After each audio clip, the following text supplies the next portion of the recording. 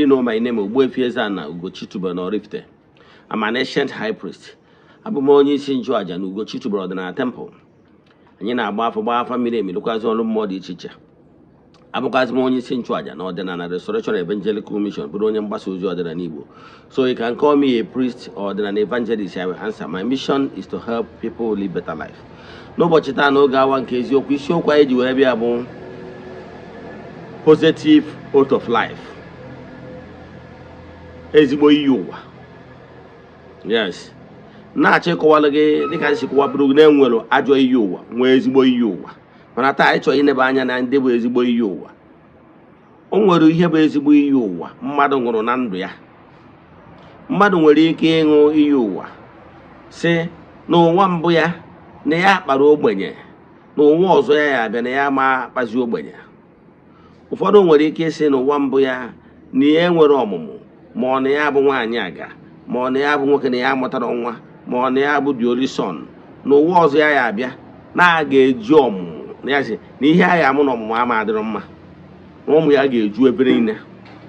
Mmadụ nwekwara ike ịṅụ iyi ụwa si n'ụwa mbụ ya na dibịa zọrọ ya ndụ, o wee dị ndụ mgbe na-eche na ọ ya anwụ.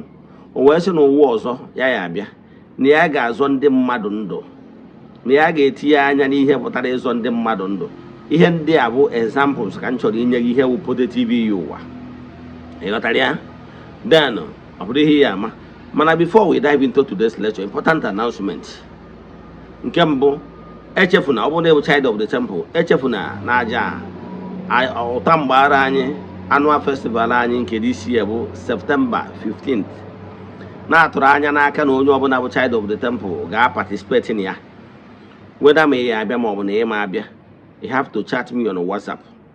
Ka m gwa gị what ị kwesịrị ime atụrụ anya n'aka gị na ị ga-eme as a child of the temple for the annual festival.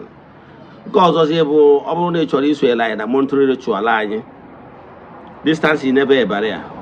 N'isi ụtụtụ ejegori m na temple chụọ aja gọọ ọfọ kwubi okwu n'isi ndị sonyere anyị all over the world, the friends of the temple, children of the temple, members of Ordinary Restoration Evangelical Mission and Consecrated Group. Etu a ka anyị si eme ụbọchị ọbụla till the last day of the month. So ndị sonye dị na ya ga-eso enweta ihe onyonyo nchịkọta ya. Anyị adịghị eshu ya na social media maka na ọ dịrọ necessary, not why we are here. Mana I can tell you na Chukwu ga-emere onwe ya aha. So ọ bụrụ na ị chọrọ iso na monthly ritual anyị, ihe ị ga-eme bụ ịchaatị m na WhatsApp. You forward your 3 prayer requests I get an altar. Then make token donation to the account number. Ịchaatị them na WhatsApp agwa other things we need from you in order to book you. Nke ọzọkwazi dị ka ibie, ọ bụkwa na ị na-ara ndị nwekwara ike ịbịa na temple for counseling, free counseling. Ya na ikpekwazi ekpere. Yes. Ya bụ ihe ị kwesịrị ịma. Onwe ajụjụ ị nwere na nkụzi a ma ọ na-ịchọ ka agbalụ gị afa mmiri emi ma ọ na o nwere interaction ịchọ ka mụ na gị nwee, chat ya m na WhatsApp 08057837672. Now let's proceed. Gịnị ka m na-ekwu maka ya? Ihe m na-ekwu maka ya bụ positive iyi ụwa. Na-akọwara gị ọ bụrụ na ị nwere positive iyi ụwa, enwere ụzọ na-abụ pụtakarịchara ihe eji ame ihe gbasara iyi ụwa. Ụfọdụ na-abụ iyi ụwa abụọ, ụfọdụ na like mụnwa ebelieve na activate iyi ụwa or reverse iyi ụwa. Now ọ bụrụ na iyi ụwa dị positive, ihe need ime ewu to activate it. Now ka ọ bịa na mmezu, ka ọra mmụọ ndị gị na ha kwuru nwunye bụ iyi, ndị bụ witness to that oath of life, ka a tinyere gị aka ka ị nwee ike achieve that primary purpose of your oath. Na-achịkọwara gị bụ na oath of life mmadụ na-enyere mmadụ aka. Ọ bụrụ na onye oath of life ya dị positive, ihe ọ pụtara bụ na from okike amashalugo ihe ị ga-abụ na direction ị ga-esi wee je, and ya bụ direction bụ ka ị na-esi na point A ba na point B maka benefit of man and for the glory of Chukwu okike pụrụ ime ihe niile. Mana ọtụtụ ndị mmadụ na-abụzite ụtọ na ha abatago in the world of gross material. So many things nwere ike ime ndị mmadụ ọ bụrụ distraction to them. Ha nwere ike ezi ike focus attention na that primary purpose why they were created. Wee na-abụ ihe nsogbu.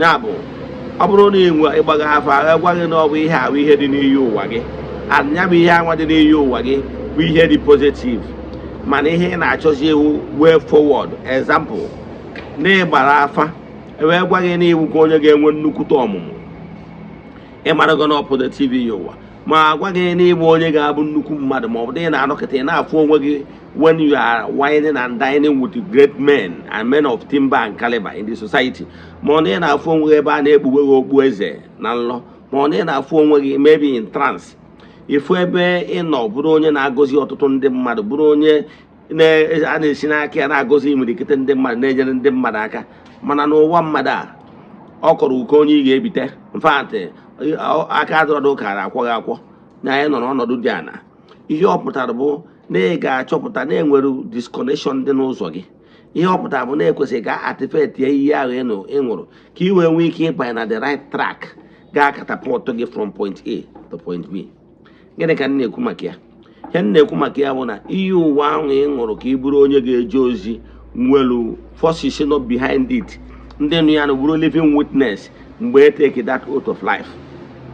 Yes, and ị na-edikwalụ ka ị activate ya ka ije ozi wee bido ka mmalụ ga-atụ akọla ya akụkọ gbasara Jesus in the Bible, that allegorical story wee gwa ya na before malite ije ozi ya na activate ya oath of life ya. Oath of life ya bụ na ọ ga-eje ozi as a Messiah to his people. Mana a gwara ya na before malite ije ozi ya na o jere na mmiri John the Baptist wee gọzie ya wee baptize ya. In other words, wee activate ya ike adị n'ime ije ozi wee malite. Amara m ihe na pass, but I can tell you, ọ bụrụ na ị nwere Pod TV Iyi-uwa ị kwesịrị ịchọ onye maara anya ya ka ọ activate ya ịdata Iyi-uwa ganwa ka ndị otu gị na mmụọ niile na ike niile ị ga-eji wee nwee ike ije jaba ozi ka o bido manifest ba. Ka nkwụsị ebe a. Ọ bụrụ na ị nwere ajụjụ na nkụzi a ma ọ bụ na ịchọ ka agbara gị afa miri emi, chat me on WhatsApp. My WhatsApp number remains 08057837672. Let us pray. Ekwem na Chineke. Ekwere m na ọ dị ihe siri m ike ka Chineke na-apụghị isi m ụzọ m ga-esi lụgbuo ya n'ihi na ọ mazuru ihe niile. Obi m siri ike na Chineke emeworo m ya, ya gazie. May the blessings of Chukwu Okike pụrụ ime ihe niile be with you all. May you be protected, may you be blessed now and forevermore. Ya gazie. Udo dịrị unu.